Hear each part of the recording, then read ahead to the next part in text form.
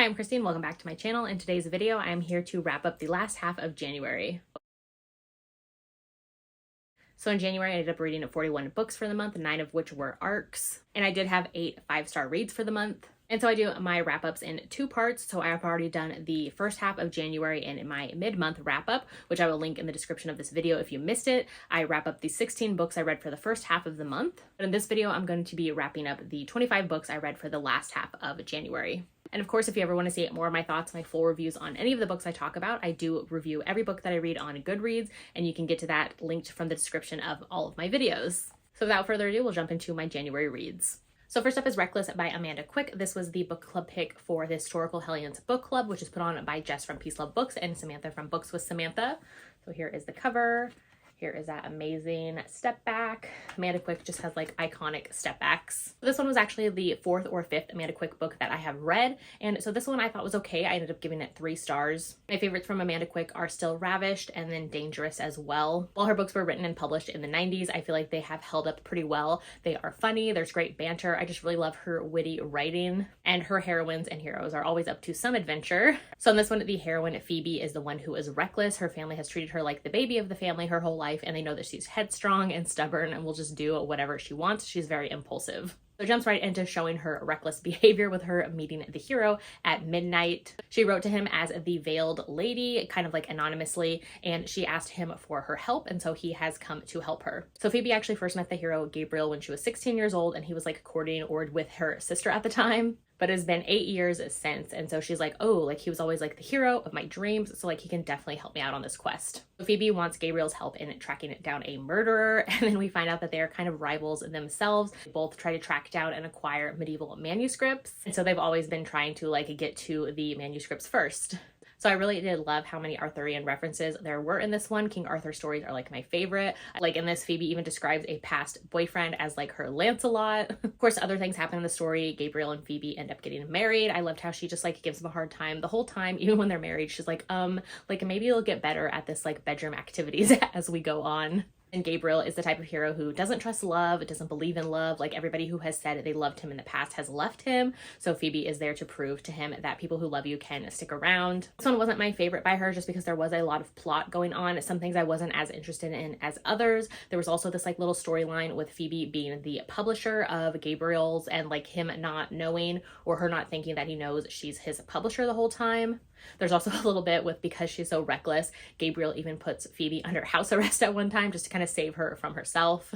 So it was fun, but definitely not my favorite by Amanda Quick. Next up, I read Whispers of You by Catherine Cowles. I received an ARC of this one from the author. I'm on her ARC team, as well as she then sent me a physical book as well. This is the alternate edition without the couple on it. I think both editions are absolutely gorgeous. She always has great covers. So Whispers of You is the first book in her new Lost and Found series, and this one came out on January 31st. So Catherine Cowles is known for her small town, kind of romantic suspense elements in her books, lots of like kidnapping and some mysteries going on as well. But in this book, I feel like she ramped up that suspense element like even more so than her previous books. This one starts off with a very strong prologue that just grips you from the very beginning, and like the whole time I was on the edge of my seat with this book, like the tension in it, and because of all the suspense happening in the story, like it was just so good. So I did really like how she incorporated the romantic suspense element throughout the entire story instead of like just towards the end. Like I mentioned, the prologue is very heavy. There's lots of violence in this one as well, so definitely check content warning if you need it. But this one we follow Rin and Holt. This is actually a second chance romance. So we first meet them in the prologue. They're both high schoolers, like at the end of high school years.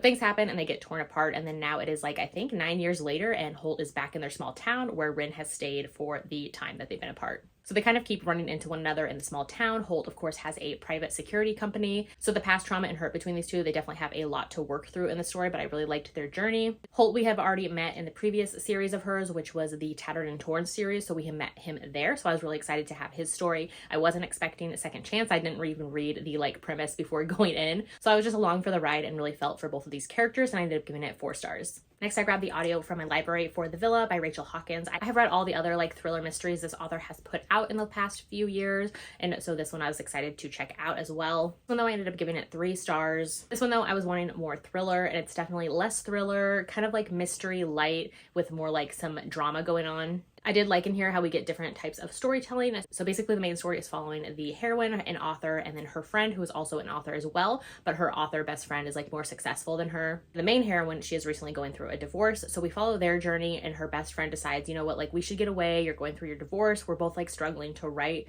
Like let's go away to Italy for the summer. I booked this like villa. We could go stay there and write and just like enjoy life. So we follow them on their journey in Italy at the villa, and then we also follow other storylines. So the villa that they're staying at, an actual murder happened in the past there, and so we deal with kind of the storyline of the heroine staying at the villa. She's like learning about the previous murder and the previous guests who stayed at the villa. And then she's also kind of connecting with this other author who had stayed there in the past and was involved in the friend group who had that like murder happen in the past.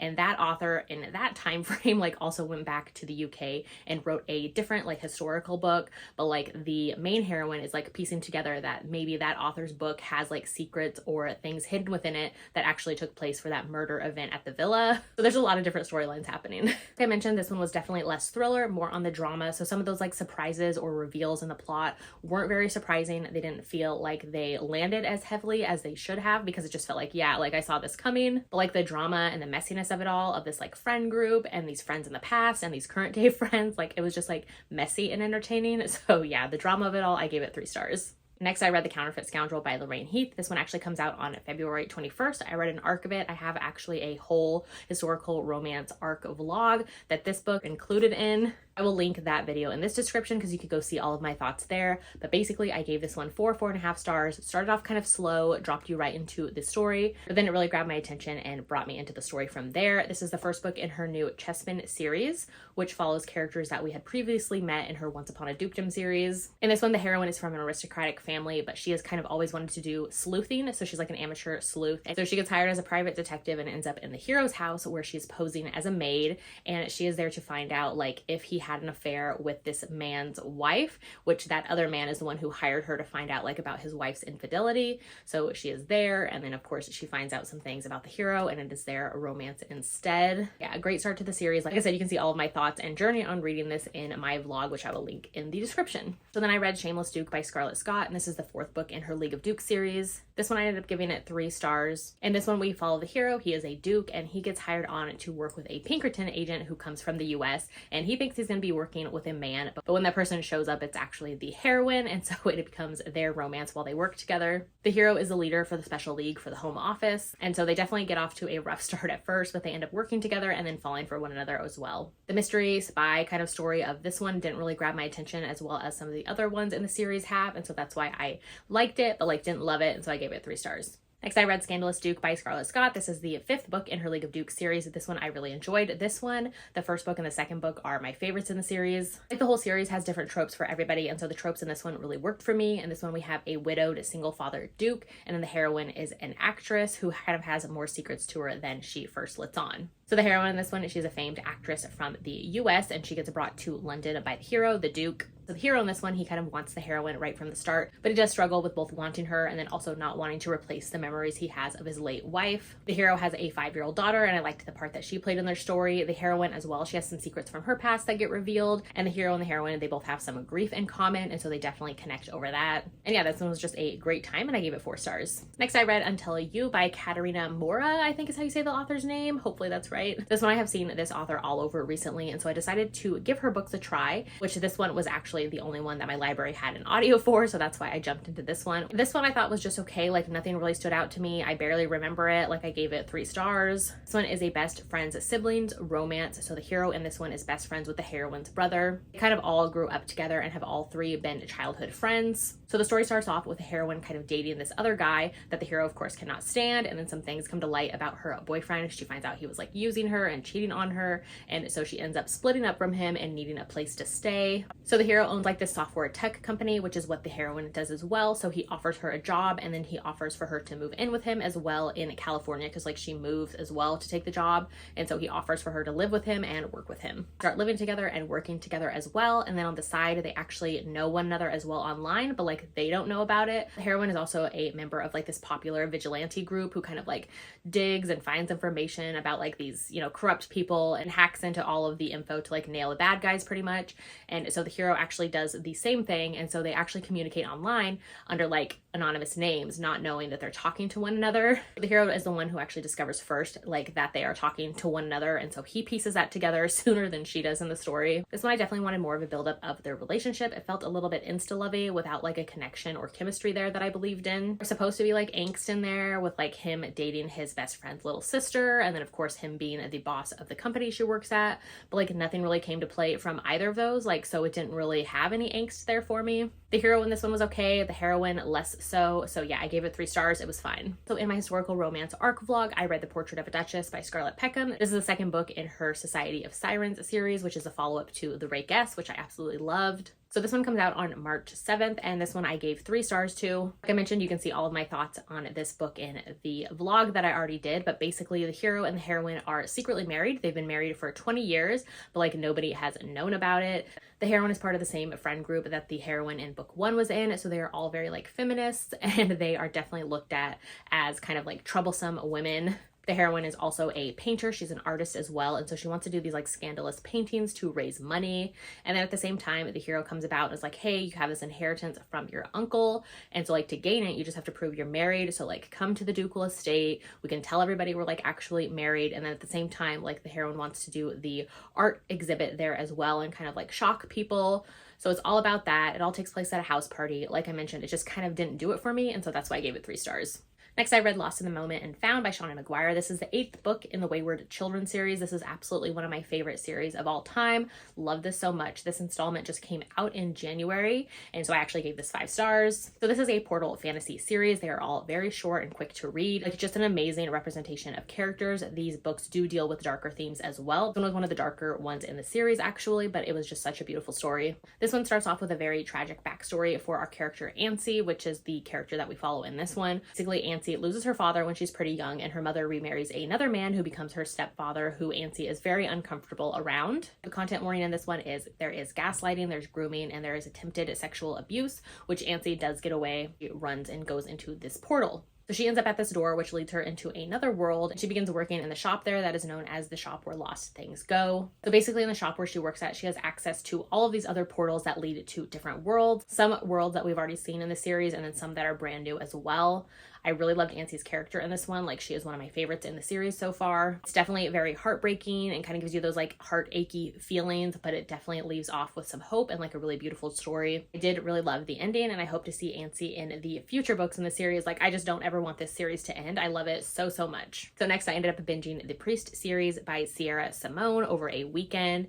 And I started off with Priest, which this has been on my TBR for years and years. So I finally got to it, and I actually really did not like it. I ended up giving it 2.5 stars. Sierra Simone is definitely a very hit and miss author for me. Mostly miss actually, but like I keep coming back to her books, and I really like her like as a person that I see on social media.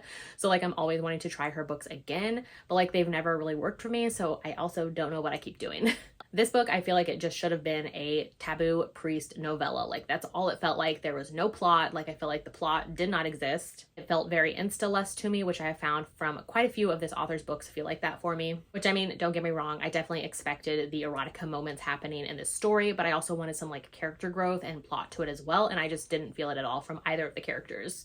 So the hero in this one, he is Father Bell, and he decided to become a priest after his sister growing up was sexually abused by a priest in their community, and his sister actually committed suicide. So he decided to become a priest, kind of to like prove to himself and the community that like not all priests, the religion like wasn't to blame, something like that, I guess is what I got from the story. Like I'm honestly not sure, because as soon as he meets the heroine Poppy, like he is instantly into her and can't wait to like bang her. She comes in and she works as like a dancer or something like that, and she comes in to confess all of her like scandalous sins, and right away they decide to start hooking up, and they do, like all over the place, on the altar, like everywhere. I guess I just wanted more emotional struggles and like character growth from both of these characters, and I didn't see it. I wanted to see more of him like struggling and grappling with his faith and kind of decision if he's going to stay in or if he's going to get out for her. Like what is he going to do? I wanted the angst and the longing of him kind of like struggling with these decisions and like being tempted by her, and like the angst that would have added to the relationship, which we don't get that because he like immediately jumps into sleeping with her. Like, it just felt too low stakes for me. Like I never had to wonder or question like, is his faith going to outplay his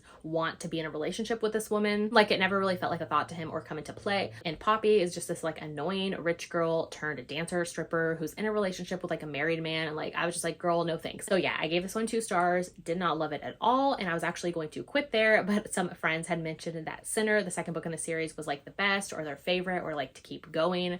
So I decided to, because I also had the audiobooks for this whole series, and so I decided to continue on. Okay, so next is Sinner by Sierra Simone, and this one I felt the complete opposite of how I felt for Priest. This one I absolutely loved, and I gave it 4 stars. This one is a best friends sibling romance. So the heroine in this one, her brother is best friends with the hero. There's also age gap in this one. She's 21 and the hero is 36. And then it has that forbidden element as well, because the heroine is actually about to become a nun. This one, like I mentioned, I felt the complete opposite as the first book. So the characters in here, their conversations and the inner thoughts that they have kind of grappling with their religion, like just felt more thought-provoking, and I really enjoyed it. This read as well, the couple is actually interracial, and it does deal with racism as well. This one opens up with the hero meeting this like mystery woman at this like big party he's at. And so they kind of flirt and have a little moment, and then she leaves him like giving him a fake name, which he doesn't realize at the time. So the next day they actually end up meeting up again, and then he realizes that the heroine is his best friend's little sister that he hasn't seen in like years and years. And so he realizes that she is all grown up and she is a postulant, which she is a soon-to-be nun.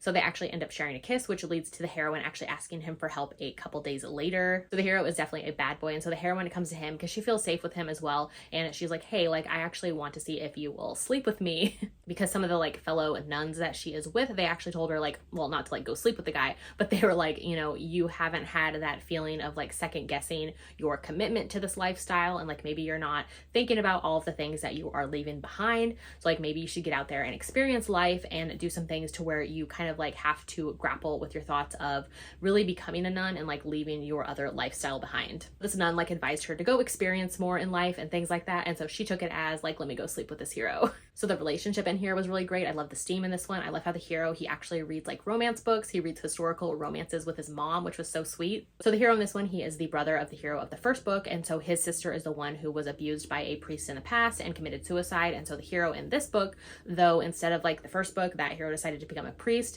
In this book, that hero kind of like has some thoughts and some complicated feelings with religion. Yeah, I just really loved how this one was handled, and I'm really glad I did continue on, because like I mentioned, while the first book wasn't for me, the second book was definitely it, and I really loved it. We also do see the couple of the first book in here, and we do see the couple of the next book as well. So yeah, I gave this one 4 stars. So Saint is book 3 in the Priest series by Sierra Simone, and this one I gave 3.5 stars. This one has a lot going on. So it is brother's best friend, it is MM, it is second chance, forbidden romance as well, because one of the heroes is actually a monk. And this one I liked, like it's probably my second favorite in the series following Sinner, but it wasn't as good as that one for me. This one we do see the setup for this romance in the previous book in the series, and one of the heroes in here is one of the Bell brothers, which is what the whole series kind of follows, all 3 of these brothers.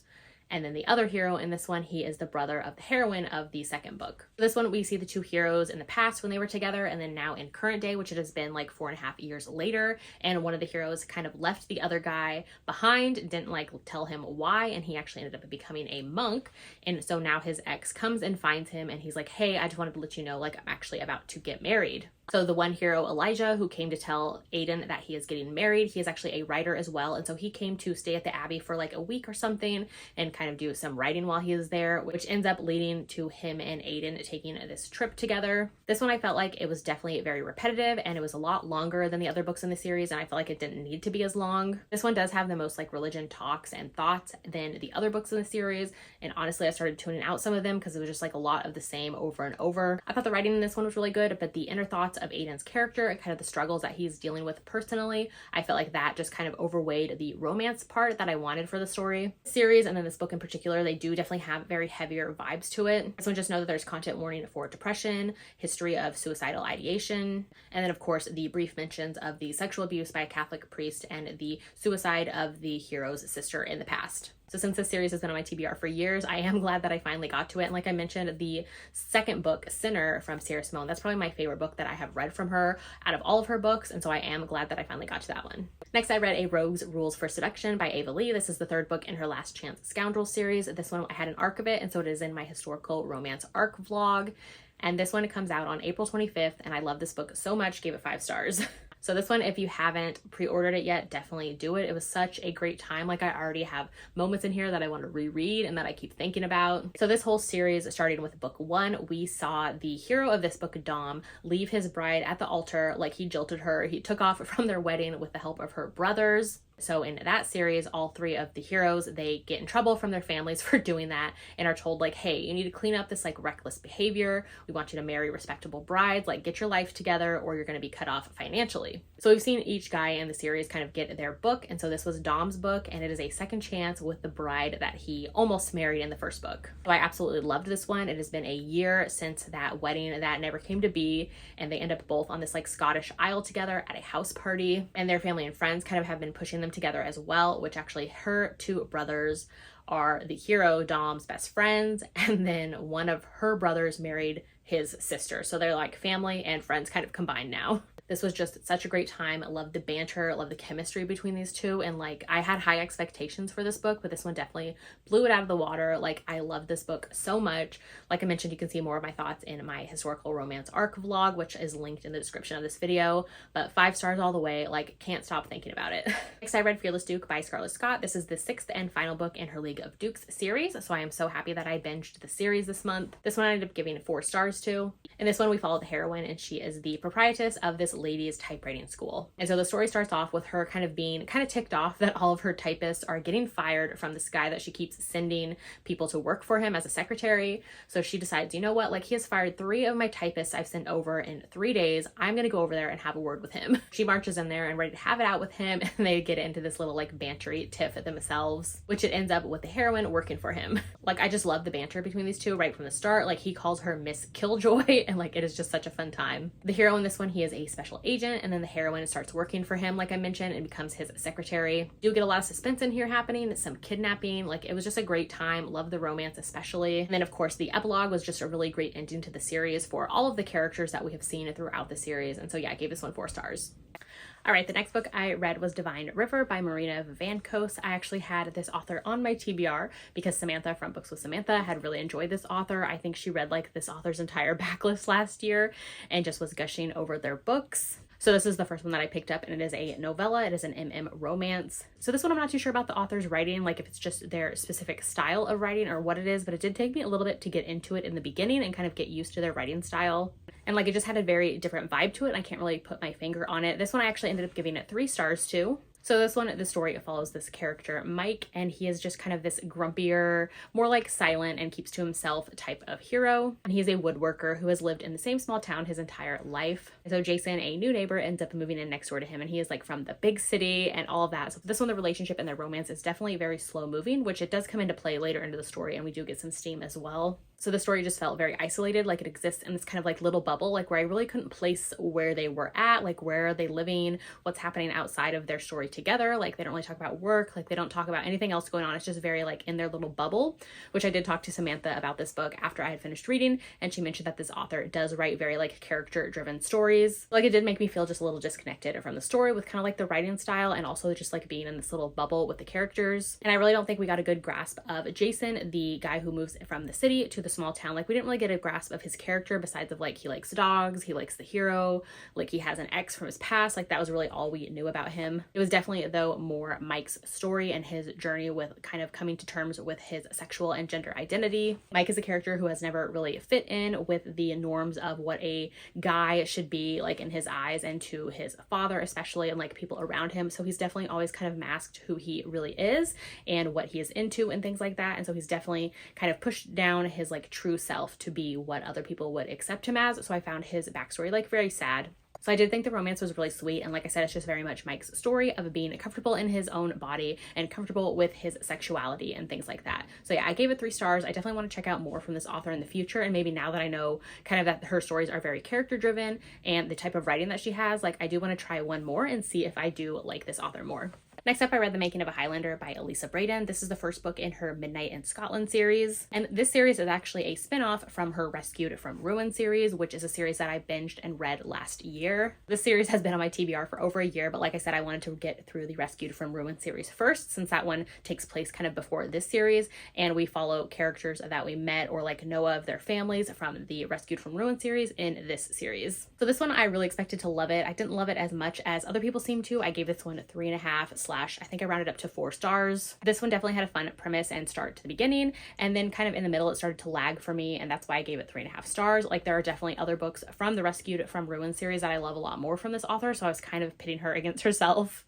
I did love the ending in this one, though, and how it picked up again. Basically, in this one, we have a Scottish heroine who is very sassy and spirited, and then the hero is English. She even calls him English like the whole time, which was fun. So the heroine wants the hero to teach her how to be a lady because she wants to marry a man with a title, and then the hero actually has a title that he doesn't tell her about because he wants to make sure that she loves him for him instead of his title. So the hero in this one is the one who falls hard and falls first, so it's him just trying to see if the heroine loves him for him. This one I did like the last 15% of the book. Like, it definitely picked up. I love the banter and their chemistry, and like once we did get them both on the same page, like, it was a great time. So this one was fun too because it does play into, like I said, her Rescued from Ruin series. So the hero in this one is from the Huxley family. He's actually the only son of the family. The family has 5 daughters, and 4 of his sisters actually have books in the Rescued from Ruin series. So having read their books already, it was fun to see his story and then also see his sisters from that series like play a part in this book in the end and the epilogue. So yeah, 3.5/4 stars, and I will continue on with the series. And like, this one just wasn't a major hit for me, but like, I'm going to continue on anyways. Next up is The Stolen Heir by Holly Black, and I read this one a part of the Folk of the Air read-along that I was co-hosting with Rachel from Rachel Reads and Sings and a couple other friends. So this is the first book in a new duology that kind of takes place in the same Elfhame world that Holly Black has created with its darker fairy tale setting. And this one I actually really enjoyed. Like, I liked how different it was from the original trilogy and kind of how, you know, she set it apart. And instead of like the court and political intrigue that the original trilogy had, like in this one it was more of a road trip and a quest story, which I am a sucker for. So like, I had a great time with this one. We follow characters that we have already met in the original trilogy in the series, so this is definitely like a spin-off. It takes place 8 to 9 years later. This one I just had a good time with the quest and the road trip aspect. I liked the characters we were meeting. I liked getting to know the 2 characters we follow in this book. I definitely see how this one is a setup for the next book in the duology, and so I'm excited to see how things play out there. It definitely felt like an unfinished story. And then the next books I read for the Kindle Unlimited Readathon that was happening for January 26th through the 29th. I'm gonna quickly go through these reads, but I do have an entire Kindle Unlimited Readathon vlog that you can see all of my thoughts on these books. So first up, I read Rise by Claire Kent. This is the 4th book in her Hold series, which I have super enjoyed this series. I'm obsessed with Claire Kent's writing. So this series is sci-fi, futuristic space stories with humans who have gone and explored other planets and things like that and have set up civilizations in other places. And so each book in this series has taken place on a different planet. In the first book, we were on a prison planet. On the second book, we were on like a royals type setup planet. And on the third planet, we were on a caveman, kind of like prehistoric Stone Age planet. So this time we're actually on Earth for the first time, and the hero of this is a character we met in the previous book in the series, and so it was really fun getting to have his story. This one, the heroine is a sex worker, and so we see her kind of her job, and then she meets the hero who is a virgin hero, and they kind of come together. There is a rebellion happening. Like, book in particular, like, you can read them on their own, but you'll get more out of this book because you see all the characters of the series come into play at the end of this book and kind of in the epilogue as well. So yeah, I gave it 4 stars and really enjoyed it. Then I read Gravity by Sarah Kate. This is the first book in her Wild Boys series, and I did not enjoy this one. I ended up giving it 2 stars. So in this one, the heroine is her setup with the Wild Boys, which is a father and son that she becomes involved with, where the father asks her to come to the private island that him and his son live at, and he will pay her $1 million to be his son's girlfriend for 3 months. So all these 3 characters have a history as well. Like, the heroine's twin sister used to date one of the hero's brothers / the other hero's son, and so like those 2 had died in a plane crash in the past, and so now these 3 remaining are like all kind of going through this grief together. There are moments of the heroine with both guys. Everybody knows, like, just kind of a mess and over the top for me. I wasn't rooting for any of the characters, did not enjoy, but I do love Sarah Kate's writing for some of her other books. So yeah, this one was just not for me, gave it 2 stars. Then I read King of the Court by R.S. Gray. Really enjoyed this one. I gave it 4.5 stars. I have read about a dozen of R.S. Gray books in the past, and this one was definitely my favorite. In this one, we follow the hero, who is an NBA basketball star, and then he meets the heroine while he is training for the summer games, like the Olympics in Texas. So this one was definitely angsty and emotional. The heroine lives in Texas, Texas, where she is taking care of her grandmother. And so she's working 2 jobs, doing whatever it takes to kind of meet the needs of her grandmother, who has Alzheimer's and lives in a assisted home. And so it becomes their romance, which the hero is only in town for a month, but him and the heroine just have like this connection from the beginning. But it's kind of like that wrong time setup. Things happen in the story and we get some flash forward time. And yeah, I just really enjoyed it. They had a great connection. I love how the hero was down for the heroine like from day one. Next, I read Get Thee Off My Lawn by Daria Vernon, and this is a historical romance novella. It's described as a Regency rom-com with a swan problem. Yeah, this is a novella. It's like 130 pages on Kindle Unlimited. It is a great time, like so hilarious. The banter, the fun, like just loved it so much. Gave it 5 stars. This book was just an absolute delight. Like I already bought a physical copy because I need this on my shelves. It was just so much fun. Basically, the heroine has some swans, and one day her swan goes to the neighboring land where the hero and his family live. So she goes over onto their lands one day to get back her swan, who has been missing for 3 days, and the hero finds her when she is stuck in the mud, like trying to capture back this swan. So it becomes their romance from there. It starts with first a hookup that leads to more, obviously. There was like a little bit of angst in here thrown in as well, like halfway into the story. Kind of took me by surprise. Really enjoyed this one. Loved how there was an experienced heroine in this one. Love to see that in historical romances. And yeah, just a super fun and delightful time. Gave it 5 stars. So it is a different date than when I first filmed the bigger batch of this video, but I wanted to wrap up the last books that I read for the rest of January. So next up, I read Powerless by Elsie Silver. This was an arc that comes out on February 10th. This is the follow-up to Flawless and Heartless, which Heartless was one of my favorite books of last year. So I definitely had high hopes for this one, but Elsie like just delivers. I gave this one 5 stars. You can see my thoughts for it in my Kindle Unlimited reading vlog, which I will post in the description of this video. So basically this one is best friends to lovers, and Elsie does it so well. The heroine in this one is a ballerina who actually flees from her wedding, and then the hero is an NHL hockey player. And they've been best friends since childhood. It is so, so good. Loved it so much. And then my last book for the Kindle Unlimited Readathon was An Optimist's Guide to Heartbreak by Jennifer Hartman. I loved this book so much. I gave it 5 stars. It is my favorite read of the entire month. When I was reading this, I was like, oh my God, like I want to go back and reread this again. Like I loved this book, loved the heroine Lucy. Like I said, you can see me gush all about it in my video for the readathon. But this is the first book in her Heart Song duet. It is very emotional and it kind of has that angst. In this duet, the hero and the heroine knew one another in the past. They actually grew up together as childhood neighbors, but some tragedy and trauma kind of tore them apart. His family ended up moving away and they lost touch for 9 years. So now we see the heroine kind of moving back. She actually ends up moving into his childhood home and finds the hero as well. She tracks him down. And so the story kind of goes from there. The heroine was just an absolute delight. Like I mentioned, I love her so much. She's one of my favorite heroines of all time. The hero in this one is definitely cold and tortured and broody. Like loved him too. They definitely have a lot to work through. And so we see that discovered through both of the books in the series. And so yeah, I gave this one 5 stars. Loved it so much. Then I jumped into A Pessimist's Guide to Love, which is the second book in the duet. I gave this one 5 stars as well. Like I loved this book so much, but for different reasons than the first. So in the first book, we got just the heroine's POV with one chapter at the very end from the hero's POV. So in this book, we actually get a balance of kind of both of their POVs, and we understand more of what the hero has gone through in his life during those 9 years of separation. So you definitely need to read the first book before jumping into this last book, because otherwise it won't really make sense. But I won't talk too much about it just because it is a direct follow-up and the conclusion of this couple's story. Just know that this one is much more moodier than the first book, but like this duet I felt like was balanced so well with kind of that like happiness and joy, as well as kind of the moody and broody side of things. Like I mentioned, the hero in this one, he is the poster child for a tortured hero. He's lost a lot in his life over the years, his sister, his father, his mother in a way, and he definitely doesn't want to feel again because anytime he has felt or loved anybody, they've always left him. So the first half of the story is definitely the hero kind of working through all of these past things that he has going on and all of these feelings of kind of despair and not wanting to give into his feelings, not wanting to fall for the heroine because he doesn't want to lose her. Definitely doesn't think he's worthy of being in her life, and so he definitely struggles with that. I honestly really loved his journey because like to me and with his character, it wouldn't make sense for him to just like quickly jump into it with the heroine. Like he has a lot to work through, and so I liked kind of seeing that journey of his character and seeing all the things that he struggles with and kind of that like natural evolution of them getting together. Because I feel like in books there are definitely times when characters get together and connect over the trauma that they share or different traumas that they can like connect over. And like there's definitely books that I've read like that where the characters cling to one another through that trauma. But the thing I liked about this book and Duet is that instead this isn't what they do in this book, because because there are people out there, like in the world too, who experience trauma and sadness and push people away, especially people that they love. They push them the hardest away from them. And so like this is Cal's character to a T. I definitely felt like the story needed to be broken up into two parts. It needed to be a duet. And while the first book is kind of angsty in that sexual tension chemistry way, which was delicious, this second book is angsty in kind of a like melancholy, moody feeling kind of way, which like really works for me personally.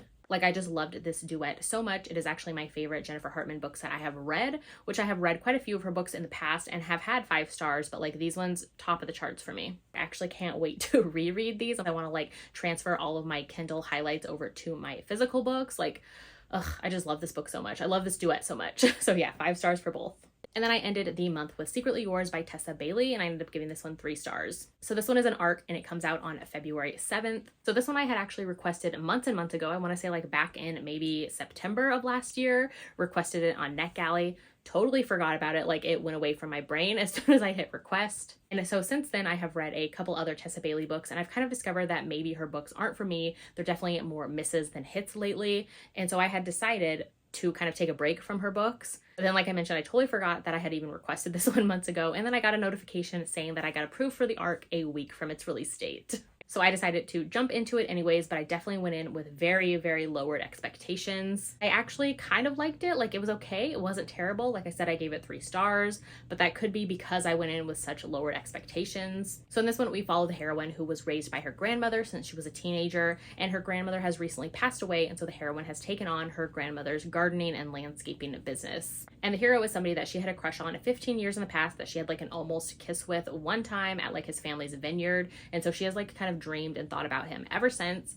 And so she finds out at the beginning of the story that he just moved back home. His family owns a winery. The book kind of takes place around Napa Valley. And so the hero is a history professor who is taking time off to kind of work on his first novel. He's trying to write a historical fiction book, which we don't see a whole lot about that actually now that I think about it. Basically, this is an opposites attract romance. The hero has anxiety, and to cope with his anxiety, he follows like a very strict schedule, and he likes that structure and schedule for things, and sticking to that he has found has helped his anxiety. While the heroine is like a complete opposite. She's just like chaotic, doesn't set a schedule, doesn't have like really any big plans for things, and so that kind of drives him crazy at first. Lately, I have found that Tessa Bailey's books kind of always have that like insta-love vibe to them, which sometimes works for me, sometimes it doesn't. So this one, it definitely has that setup as well. The romance in this one I actually wasn't really a fan of. I didn't really feel the buildup of the chemistry or the romance. I didn't get what these two liked about one another, but I did think the book as a whole had some like fun elements. Like I mentioned, it's set in Napa Valley. I also liked seeing both the hero and heroine try to help out this local wine shop owner who's like currently being outsold by this new flashy competitor who moved in next door to her. There is a point in here where the heroine actually gets drunk one time and starts writing the hero like these secret admirer letters, which I guess is where the title of this book comes into play.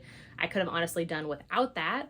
Didn't really feel like it had a point besides to kind of bring about this third act conflict that I was not a fan of. So yeah, the romance wasn't it for me, but I did like the setting. I liked the kind of them helping that other character with her like her wine shop. I did kind of like being introduced to the hero's sister, who's gonna have like the next book in the series, which seemed like kind of a accidental marriage / enemies to lovers vibe. So like I might check that out because those tropes do sound interesting, but we'll see because I'm not sure if Tessa Bailey is really it for me anymore. So yeah, I gave this one 3 stars, and it is out on February 7th. So those are all the books that I read in January. It definitely had some hits in there. I had like 8 5-star reads, which I'm so happy about. Let me know in the comments how your January reading went, if you had any favorites, if we read any of the same books, or if you're going to pick up any of the books that I talked about. I'd love to know. If you haven't done so yet, make sure to like and subscribe so you don't miss out on any of my future videos, and I'll see you in my next one.